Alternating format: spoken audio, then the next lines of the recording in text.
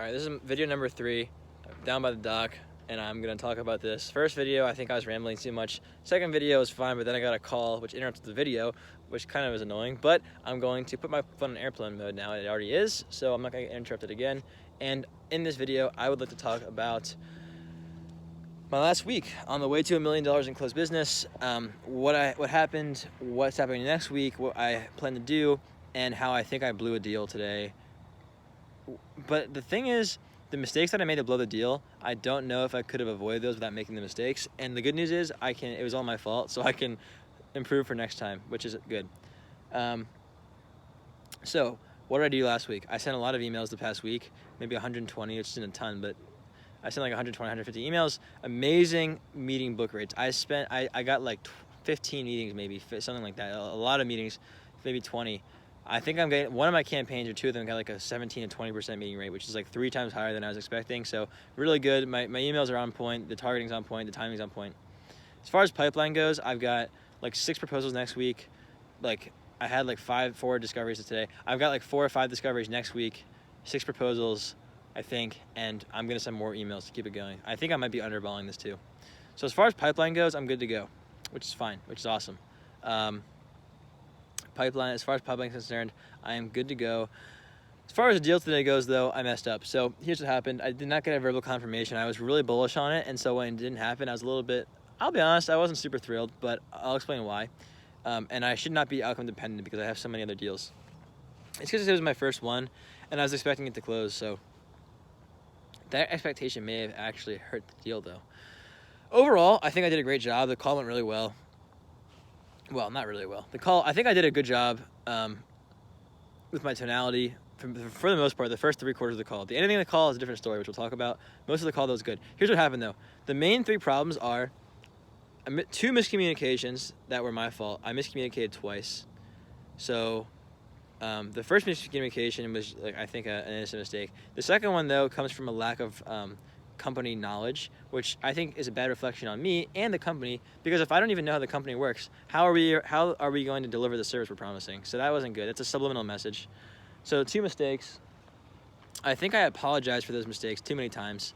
So at the end of a call, when somebody doesn't say yes, it means they're not certain enough. It means their certainty level of the value you're going to provide is not greater than the pain of paying that money. So the pain of inaction is not as great as the pain of paying. You want the pain of inaction to be higher than the pain of the money, which means the value is also higher than the actual cost. So I didn't do a good job raising the value. Instead, I think by apologizing too many times about my mistake, I may have increased my own pain. Like I made myself look worse because I kept apologizing. But here's what happened. Here's what happened, and here's how the call went. So on initially, when I booked a meeting with him, he also said, hey, can you send, and I'm going to keep him anonymous for the sake of this video. He's also a great guy, by the way. Nice guy, like him a lot. Nothing against him or his saleswoman. Very, very nice people. I blame it all on myself if this deal doesn't go through. So, anyway, initial email, he already has heard of the company. He said that he already talked to them a year ago, and he was interested in re-engaging because it might make more sense now that he has more ambitious growth goals. Awesome. Let's do it. Books a time. He goes, by the way, send me over your rate sheet. So I look at the rate sheet that we have, and this is what I send over. Enterprise outreach, $4,000 a month. Marketing review, $9,500 one-time payment. Sales support, $4,000 a month plus 5% commission, 1 year minimum. That was a mistake because I just looked at the document and I wrote it off from what I saw in the document, right? But the problem is there's a few mistakes there actually. Number 1, never talk about deals in terms of monthly payments. It's not $4,000 a month. It's $48,000 a year. First of all, you're not negotiating monthly. We're doing a yearly $48,000 investment. You're going to make this much money back. Okay, that's what you're talking about. Number 2, rather than talking about the low end of the spectrum, $48,000 is the lowest yearly engagement that we do, and the most that we'll do, or our average actually, is about $96,000 a year. So I need to start using $96,000 a year. And just say, what does it cost? $96,000 a year. That's it. And I've been doing that. My other deals are most of them are $100,000 to $150,000. I'd say half of them are either $100,000 or $150,000, and there's 2 or 3 that are $48,000 as well. But I've got a few average to bigger guys in there. So there's that. Now, that was the first mistake. The second mistake was, in the email, I said to him, like, I said it's a year minimum for sales support, but I didn't mention that for I just said $4,000 a month for enterprise outreach, which was going to come into play later. So fast forward, get on the discovery call. Discovery call went well. I think I did a good job understanding his what he wanted as far as revenue. I uncovered his goals for revenue. I uncovered his growth goals. I uncovered his there's a pumpkin right here in the water. Look at this thing.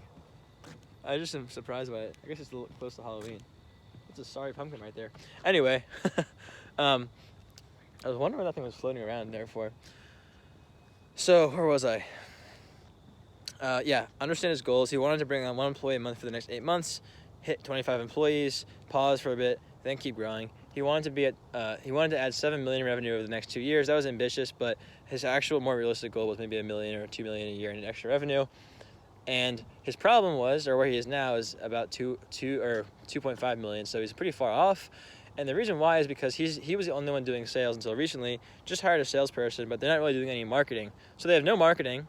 They want to grow, but they're not doing any marketing. All their leads are from all of their leads are from word of mouth, and they can't control their growth like that, which is what I hear all the time from a lot of agencies. And the beauty of outbound is, unlike inbound, where you have to rely on hoping that someone comes in the door, not only hoping that someone comes in, hoping they're the right person with the kind of project you want to do, with the budget you want, right?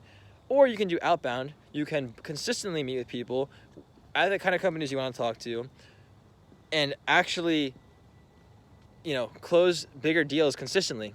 And he was into that. He's like, yeah, let's do it. So we scheduled another call. I get on the phone with him and his sales girl, because we didn't really finish the first call, everything. I got like background, goals, everything. Second call though, we talked about, and I should just do this faster next time, but it took a little longer, so whatever.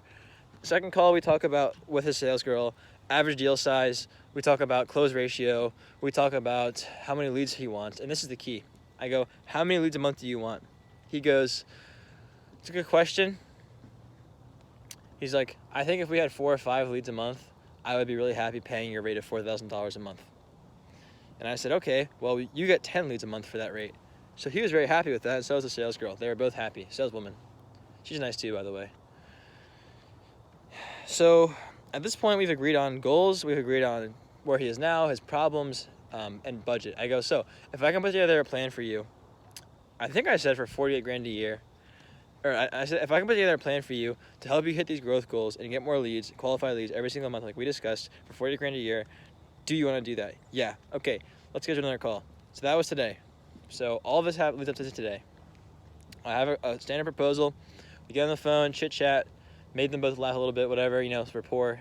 I mean, it's not like, I'm not trying to be a robot here, we're people. I want to have like a conversation, Anyway, we get down to business. I skip ahead pretty much straight to the tables, and I go, so here's what we talked about. I have tables in this presentation that show like how many leads you're going to get, what your close ratio is, what your average deal size is, your investment for those prospects, and your return on investment.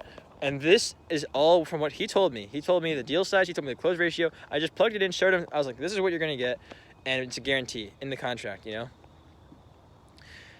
and he goes something along the lines of, what am I, 8 minutes already? Jeez, I talk a lot.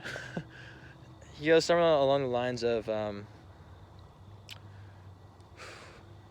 he goes, oh, so can you tell me more about this annual agreement? Is it annual, or do you have like a monthly or something like that trial? I go, yeah, so our annual is 48 grand a year for this many leads that we agreed on. And then we have a quarterly, which is a little bit more per month. It's 15 grand a quarter. And then we have a monthly, which is $6,000 a month. However, I recommend the yearly as the best value, because there is an opt-out in which if we don't deliver all of the qualified interested leads that we promise you each month, if we do it 1 month, we don't deliver. The second month, we have that month to catch up. So to put it simply, if we don't deliver the amount of leads that we promise in any given month, we have 1 month to catch up and deliver more, or at least get back on track. If we don't, you're allowed to leave the contract. So it's really only 2 months max of risk that you're taking. However, even when we fall behind, which doesn't happen often, in fact, you can sometimes even get more than 10 leads if it's a great month, and your close ratios will probably go up, as will your deal sizes, because you're going to get better at closing these leads with time. You're going to have shorter sales cycles as you get better at it, and you're going to be so spoiled for choice that you will be able to raise your prices. We've done this before, and I'll show you the case studies if you want, but that's what happens. So anyway, even if we only do, let's say, 7 or 8 leads and we can't get all 10, you still are going to probably close a deal or two off of that. So from those leads, so you're still going to be ROI positive. So people will still stay. So it's a win-win. He goes, okay, well, how do you qualify these leads? How do you know? So I go, great question. How do you qualify a lead?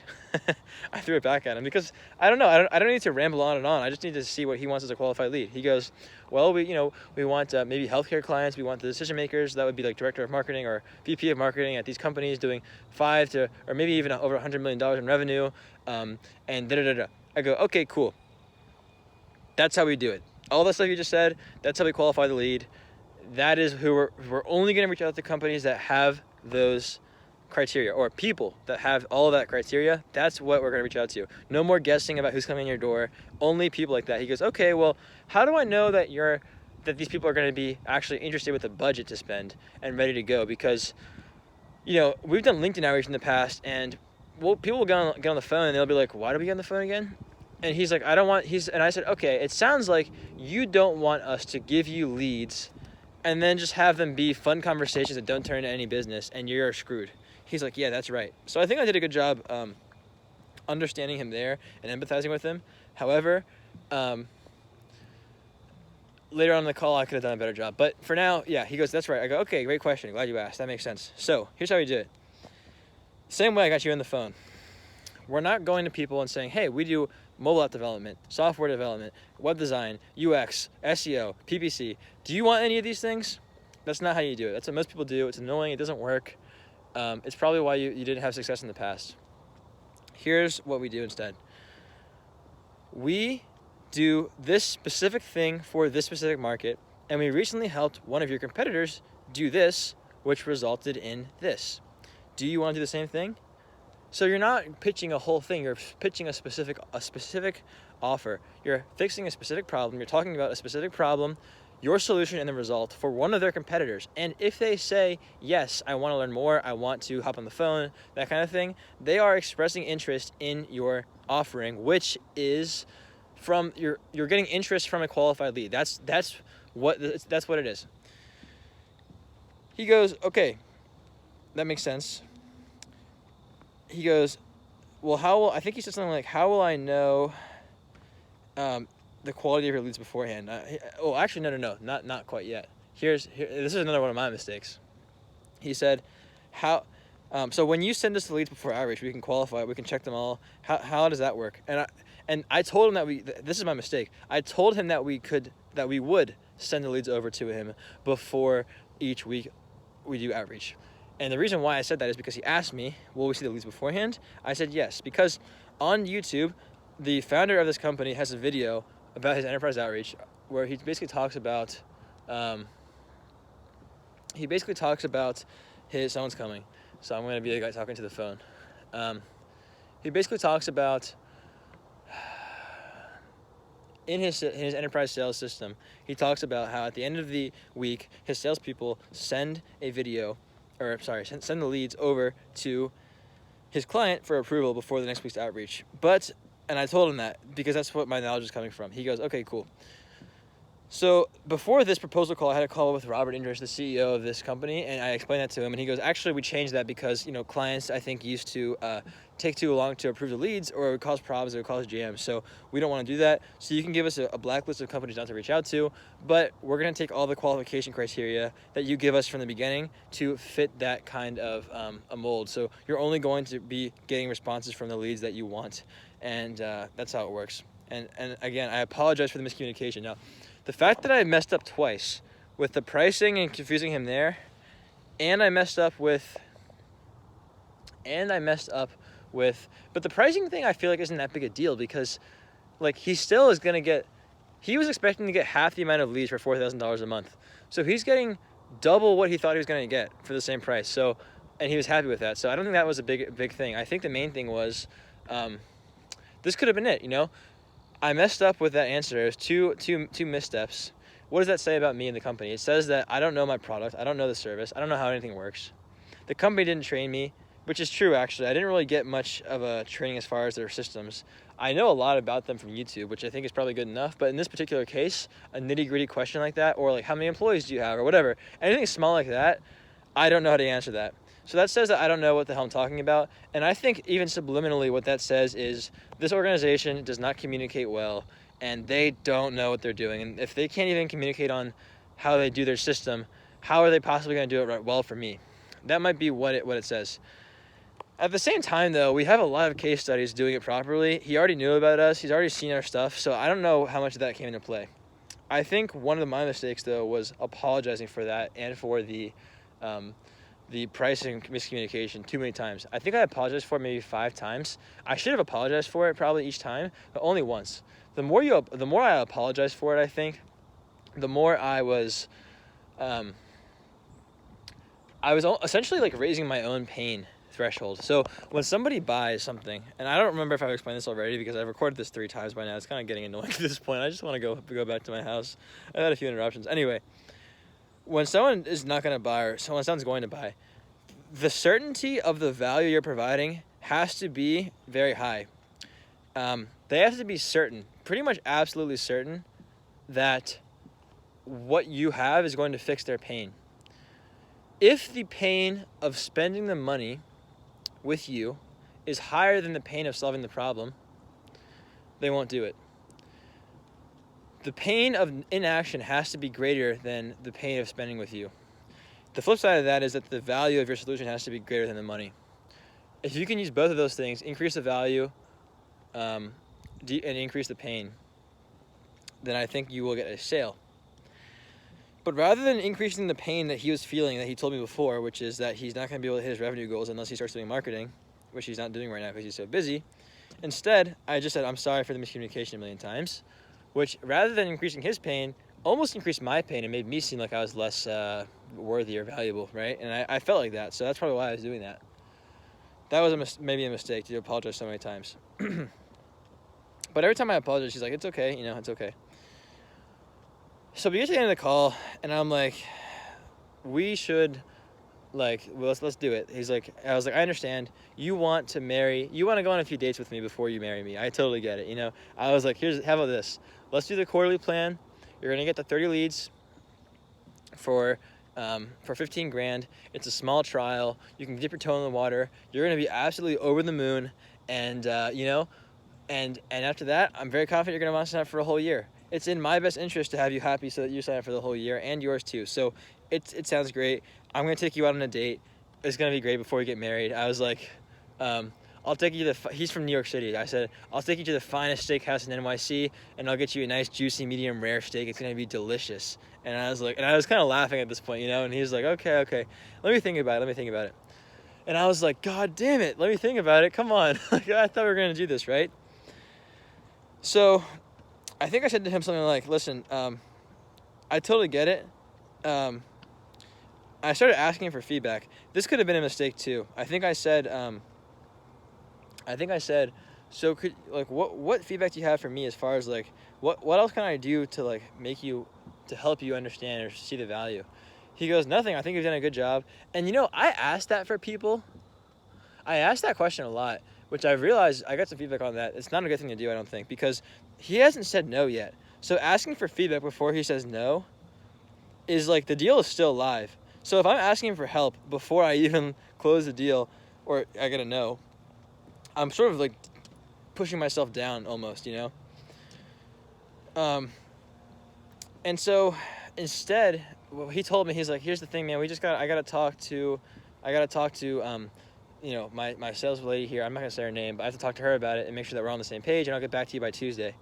And I said, okay, cool. Hey, what do you think about it? I turned to her. I didn't turn literally because we're on the screen, but I turned to her. What do you think about it? She goes, oh, I don't. She's like, I don't. Or when he said that, I think what he was doing was he was deflecting. I was trying to ask him what the issue was. He didn't want to answer, so he kind of put it on her. And then immediately she goes, oh, I don't want to feel bad if this doesn't work out. And I go, okay, well, what do you think about it? And she goes, oh, well, no. I mean, she asked me a question, which I answered, and it was fine. I go back to him. I go, so let's do this. And I was like, here, let me ask you this question. When you guys are doing sales, this is for feedback. When you guys are doing sales and you have a customer who tells you, you know, I need to think about it, do they ever get back to you? And he goes, listen, man, I think you're kind of reading into it too much. I think there could be a lot of, I don't really read into it too much. There could be a lot of things going on. Like, I need to think about if I need to dip into my budget for this, my savings account. I don't know if I'm going to be hiring or firing this month. Like, I have some work I need to finish. He started giving me all these smoke and mirror answers about the cost. If he really thought this was going to change his business and make him a lot of more money, he wouldn't be talking about, he would be fine dipping into his war chest. He would pull the trigger on it. He would know he's going to get the money back. He would do it. So that was an answer that means to me, I should have handled that differently. And I think what he said was, I know you're excited. I know you want to close this deal, but you can't move at your pace. You have to move at our pace. And that was, I think, when he started maybe getting a little bit defensive. And it's not even his fault. It was my fault. Someone only gets defensive. They only get defensive when they feel attacked. And I was attacking him, probably not with my words, but with my tone, which is even more important, you know? I was kind of like, come on, man, like, let's do this deal. I was kind of like anticipating the close, and then when I didn't get it, rather than asking him a question and understanding what he was going to do, instead I kept kind of pushing and pushing. And he told me, he's like, you did a great job. There's nothing more you could do to convince me. I'm just going to think about it with her, and we're going to do this. And, and I'll get back to you on Tuesday. I think a better answer would have been, the sky's beautiful out here. Check this out. If you can't really see, I don't know, but the sky is really nice. A better response from me would have been, listen, I totally understand you want to think about it, but when I hear, let me think about it, typically it means one of two things. Either you're not interested at all, in which case, that's fine, I don't want to waste your time. Or it could mean that you're interested, but you're just not sure of something. And I would hate to leave you walking away unsure of something, because if you walk away unsure of something, you might not come to the decision that you otherwise would have if you were sure. And if that happens, if you aren't sure and you don't get back to me and you don't want to work together, then that would stop us from helping you build the pipeline you need to hit your goals and hire, all these people, hit your $10 million a year company goal in the next 2 years. And I know that you're not doing any marketing right now, so if you don't get going on this soon, it takes a while to ramp up, and the sales cycle takes some time. So I'd recommend, so let me ask you this. If it's the latter, which one is it? And if it's the latter, what are you not so sure about? What are you unsure about? What can I help you understand better? That kind of question. And then he'll probably tell me what he's unsure of, I think. And if he says something about being unsure of something, then I can summarize what he said back to him and say, okay, it sounds like you're unsure of this. Is that right? You're unsure of it because you don't want this to happen. Yeah, that's exactly right. When they say that, they feel like they are understood. They feel like they've been listened to. They feel like that I'm on their side, that I understand them. And it's true that I am. I am trying to understand them. And then I can try and understand them and then tell them why that's not a big deal and why we need to get started now. But rather than doing that, rather than understanding him, I think at the end, I didn't lose my temper whatsoever, but my tonality was definitely, my instincts are to muscle the deal. I was trying to keep pushing and pushing for the yes. I think I pushed like 4 or 5 times, and it got to the point where he was being defensive and was like, we need to go at our pace, not yours. And I said, okay, you know what? I backed off there. I didn't want to keep being a dick. He even said, I don't want to sound like a dick, but so he could tell. I didn't handle the ending well. And he goes, look, we're going to talk over the weekend. I want you to send over this proposal. Send it over to me. I'm going to take a look at this. I'm going to think about it. I'll give you my answer by Tuesday. I said, okay, cool. So, in summary, I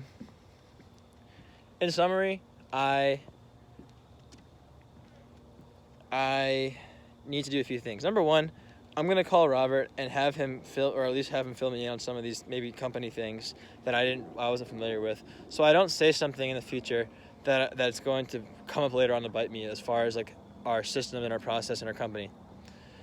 If they ask me a question that I'm not sure of, I'm going to be honest and say, rather than assuming I know, I'm going to say I'm not totally sure. I don't want to give you an answer that's not true. So let me ask my CEO so I can give you an exact answer, and I'll send it over to you via email before the next call. That's the first thing. So no more of those and mistakes. Second thing, better job communicating. No more saying, I miscommunicated, I think, the value of the deal. Number 3, I'm going to talk about deals in terms of yearly, not in terms of monthly. And I'm going to anchor high. So rather than saying 48 grand a year, I'm going to say most of our clients pay 96K a year to start, which I've been doing. More importantly, though, I think I'm going to do a better job presenting the information, presenting the value. When I get pushback, I'm going to do a better job of raising their pain and increasing the value too, decreasing and increasing their certainty as well. And the way I'm going to increase their certainty is not by trying to jam it down their throat and muscle the deal at the end, which is my instinct. This happened before. I got to the end of a deal I've been working on for three weeks. I was pretty certain they were going to buy. We get to the end of the call. I get a let me think about it. And I was kind of pissed. I was like, God damn it. And I think I muscled the deal again there. Luckily, though, I salvaged that, actually. And I was like, I was trying to, I wasn't doing a good job of communicating. I apologize.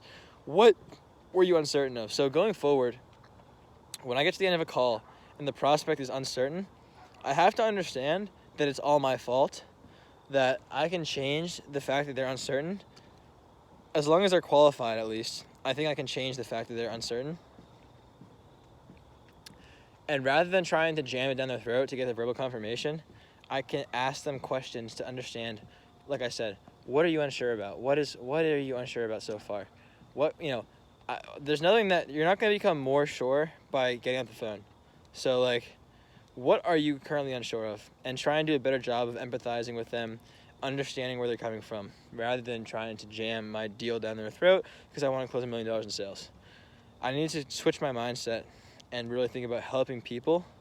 And the only way I can help other people is by understanding where they are and where they want to go and that kind of thing. So that's the summary. And I gotta get going back now because it's getting dark and it's getting cold out here. So next week, I'm going to send more emails, book more discovery calls, get more proposals, and this time I'm going to do a better job of understanding, not having any miscommunications, and I'm going to close. So that's it. Thanks for watching. Take it easy. Bye.